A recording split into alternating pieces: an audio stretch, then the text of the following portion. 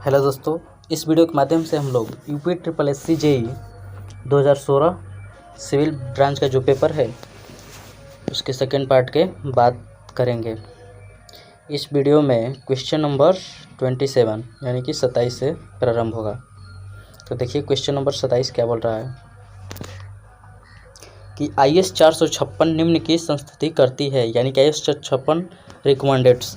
तो कौन सी विधि की संस्तुति करती है? तो अभिकल्पन की कार्यकारी प्रतिबल विधि, बी ऑप्शन है अभिकल्पन की चरम भार विधि यानी कि अल्टीमेट लोड मेथड, अभिकल्पन की सीमा स्थिति विधि यानी कि लिमिट स्टेट मेथड, कि दोनों A and C, working stress method या लिमिट स्टेट मेथड। तो इसमें से ऑप्शन नंबर सी होगा। जो IS 456 2000 है वो रिकमेंड करता है कि अभिकल्पन की सीमा स्थिति विधि यानी कि लिमिट स्टेट मेथड का प्रयोग करें। चलिए क्वेश्चन नंबर नेक्स्ट। यदि एक RCC खंड में वास्तविक उदासीन अक्ष की गहराई क्रांतिक उदासीन अक्ष से अधिक है तब खंड होगा। ये बोल रहा है कि देखिए मान लीजिए ये है एक्चुअल न्यूट्रल एक्सिस, इसका मान लीजिए यहाँ पे क्रिटिकल, तो क्रिटिकल से अधिक है तो ये हो जाएगा ओवर रेनफोर्स्ड, क्योंकि देखिए कंक्रीट में जो है सिग्मा CBC का मान वो मैक्सिमम हो चुका है, लेकिन यहाँ पे सिग्मा ST का मान मैक्सिमम अपने मैक्सिमम लिमिट तक नहीं पहुँचा है, यानी कि ये हो जाएगा अति प्रबलित। Question number 29। कंक्रीट के लिए सुरक्षा गुणांक है, तो इसका ऑप्शन नंबर सी हो जाएगा। कंक्रीट के लिए 3 होता है और स्टील के लिए 1.78।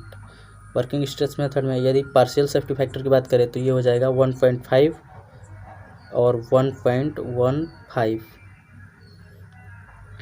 चलिए question number next 30।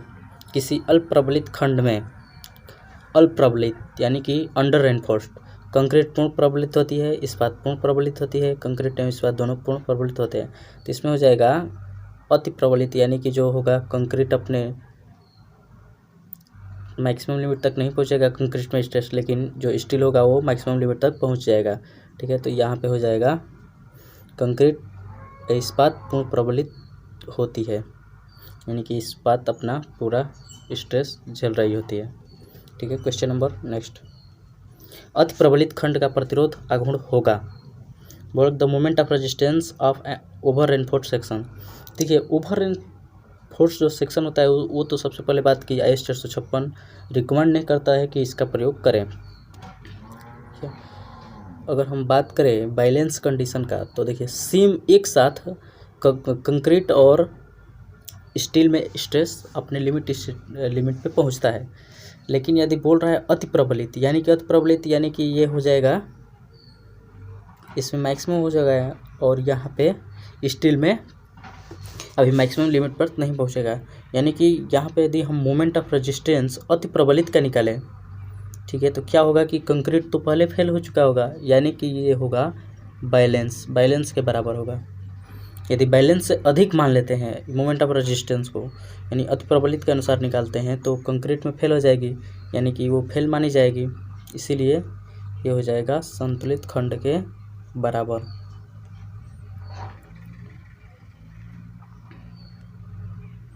Question number 32। एक RCC खंड में कर्तन प्रतिबल किस रूप में डाला जाता है? ऊर्ध्वाधर छलों के रूप में, मुड़ी छड़ों के रूप में, नत छलों के रूप में। तो ये हो जाएगा उपरोक्त सभी। देखिए ये ऊर्ध्वाधर छलों के रूप में हो गया और बेंटअप के बार के रूप में भी डाला जाता है और यहाँ पे कंबाइंड भी डाला जाता है। ठीक है, तो यहाँ पे ऑप्शन नंबर डी हो जाएगा। Question number next 32। सीमेंट बनाने की प्रक्रिया में सभी घटकों को किस ताप पर गर्म किया जाता है?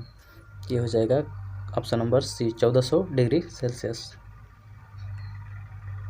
विकाट उपकरण से ज्ञात करते हैं, तो ये हो जाएगा कंसिस्टेंसी टेस्ट।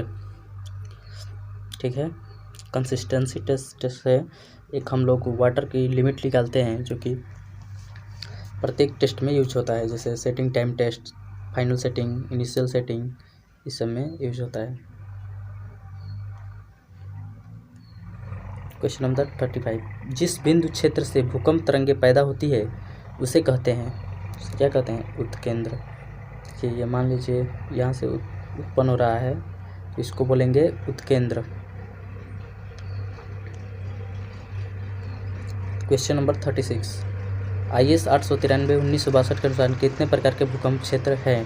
तो ये हो जाएगा 4 प्रकार के, जोन 2, 3, 4 एंड 5 क्षेत्र में बांटा गया है। ठीक है। क्वेश्चन नंबर 37, तापीय प्रदूषण के स्रोत क्या है? तापीय प्रदूषण किसके कारण होता है? तो ये हो जाएगा खनिज। ऑप्शन नंबर 38, दरवाजे एवं खिड़की के भुगतान हेतु मापन इकाई है? दरवाजे एवं खिड़की के लिए ये हो जाएगा वर्ग मीटर। यहीं बोला जाए कि लकड़ी पे कार्य करना है तब तो जो मीटर क्यूब, यदि पैनल लगाना है, खिड़की में पैनल, शीशे का पैनल, हो जाएगा रनिंग मीटर, यानी कि रनिंग मीटर सॉरी, वो हो जाएगा नंबर में, यानी कि नंबर के अनुसार उसका भुगतान करेंगे। क्वेश्चन नंबर 39, भवन के आंगन में आकस्मिक व्यय सामान्यतः कुल लागत का कितने प्रतिशत लिया जाता है? ठीक है, तो ये हो जाएगा 2 से 3%। क्वेश्चन नंबर 40, देखिए क्वेश्चन नंबर 40 क्या बोल रहा है कि एक सुधा लंबित धरण के मध्य में बिंदु भार W लगा है, पाट की लंबाई L है, इस पर अधिकतम नमन आघूर्ण का मान होगा। थोड़ा सा ऊपर कर लेते हैं। तो देखिए बोल रहा है कि एक सिंपली सपोर्टेड बीम है और इसके बीच में W भार लगा है, तो इसका मैक्सिमम बेंडिंग मोमेंट क्या होगा? तो सबसे पहले सपोर्ट रिएक्शन निकाल देंगे, तो W/2 यदि यहाँ पे पकड़े तो ये W/2 इंटू L/2, तो कितना हो जाएगा? WL/4। ठीक है, तो यहाँ पे हो जाएगा C, WL/4। क्वेश्चन नंबर 41, एक RCC छत की ढलाई हेतु प्रयुक्त सीधी छड़ बनाने में हुक की लंबाई होती है? ये हो जाएगा 8D। ये हो जाएगा 8D होता है, यहाँ से यहाँ की लंबाई 8D।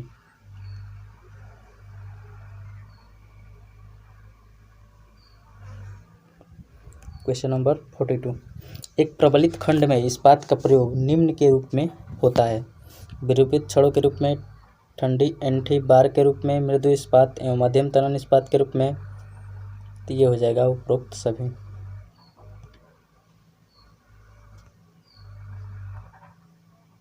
क्वेश्चन नंबर 43, एक विरूपित छड़ का पराभव प्रतिबल साधारण मृदु इस्पात की तुलना में अधिक होता है? तो 50% लगभग अधिक होता है। क्वेश्चन नंबर 44, तनन क्षमता की लगभग 10% से 15% संपीड़न क्षमता होती है। देखिए बोल रहा है कि the compressive strength of concrete is about two 10 to 15% of its tensile strength. ये हो जाएगा असत्य।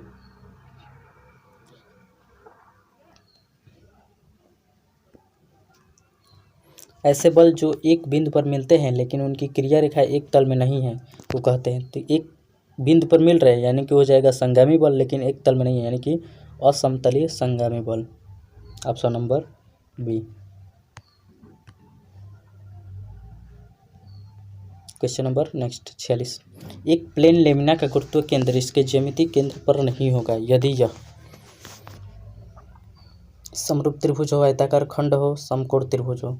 देखिए वृत्त होगा तभी इसके इस पे होगा, समरूप त्रिभुज हो तभी हो जाएगा, आयताकार होगा तो भी हो जाएगा, लेकिन यदि समकोण त्रिभुज है तो इसके बाहर होता है, यहाँ पे होगा चाहे, यानी कि ये ऑप्शन नंबर डी होगा। घूर्णन त्रिज्या की इकाई होती है। देखिए घूर्णन त्रिज्या, कोई भी त्रिज्या हो इसकी इकाई mm होगी। घूर्णन त्रिज्या क्या होता है? आप पढ़े होंगे कि I बराबर AK स्क्वायर, यहाँ पे के घूर्णन त्रिज्या है, के बराबर करने में I/a हो जाएगा। तो I का मात्रक जानते हैं mm के पावर 4 हो जाएगा, mm स्क्वायर बट जाएगा तो अंडर रूट से निकलेगा तो हो जाएगा mm। तो option number B. Question number 48, समान गहराई के लिए कौन सा खंड अधिक भारी होगा? यहाँ पे हो जाएगा ISLB। क्वेश्चन नंबर 49, देखिए क्वेश्चन नंबर 49 बोल एक अर्धवृत्ताकार पिंड जिसकी त्रिज्या 10 सेंटीमीटर है, इसका गुरुत्व केंद्र आधार से कितना ऊपर होगा? ये मान लीजिए अर्धवृत्ताकार पिंड है, ठीक है, इसका गुरुत्व केंद्र पूछ रहा है, ये मान लीजिए इसका गुरुत्व केंद्र है, CG, इसकी हाइट पूछ रहा है, तो इसका फार्मूला होता है, फार्मूला ये होता है कि 4r/3 पाई। देखिए हल कीजिए, 4 इंटू r का मान 10 है, यहाँ पे 3 और पाई का मान 3.14, तो 3 लगभग 10 के बराबर हो जाएगा, तो यहाँ पे 10 से 10 कट जाएगा, अप्रॉक्स हो जाएगा 4.24 सेंटीमीटर अगर हल करेंगे तो आएगा। ठीक है। अब क्वेश्चन नंबर 50, वस्तु का वह गुण जिसके कारण वस्तु से भार हटाने पर वह वस्तु पुनः अपनी मूल अवस्था में आ जाती है, तो इसे बोलते हैं हम लोग प्रत्यास्था। ठीक है। हुक के नियम के अनुसार देखे होंगे ग्राफ ऐसे बनता है।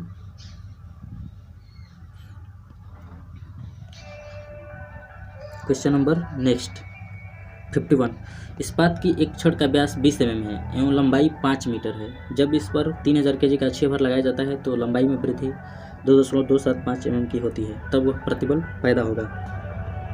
तो इसको हम लोग निकाल सकते हैं, इससे फार्मूला से आसानी से निकाल सकते हैं, ये लपन यही से। ठीक है। तो क्वेश्चन नंबर 52, नमूना घूर्ण के किसी सतत वक्र में शून्य नमूना घूर्ण उस बिंदु जहां चिन्ह बदलता है उसे कहते हैं, उसे क्या बोलते हैं? नति परिवर्तन बिंदु। परिवर्तन बिंदु, जहां पे बेंडिंग मोमेंट का मान बदलता है वहां पे हो जाता है नति परिवर्तन बिंदु, जहाँ पे शून्य बंकन घूर्ण होता है। ठीक है। क्वेश्चन नंबर 53, तो आज के लिए इतना ही। अब हम लोग नेक्स्ट पार्ट में हम लोग 53 के आगे देखेंगे। चलिए, वीडियो अच्छा लगा हो तो कृपया चैनल को सब्सक्राइब कर लीजिए, बेल आइकन को प्रेस करके घंटा बटन को दबा लीजिए ताकि आने वाले वीडियो का नोटिफिकेशन आपको मिलता रहे। धन्यवाद।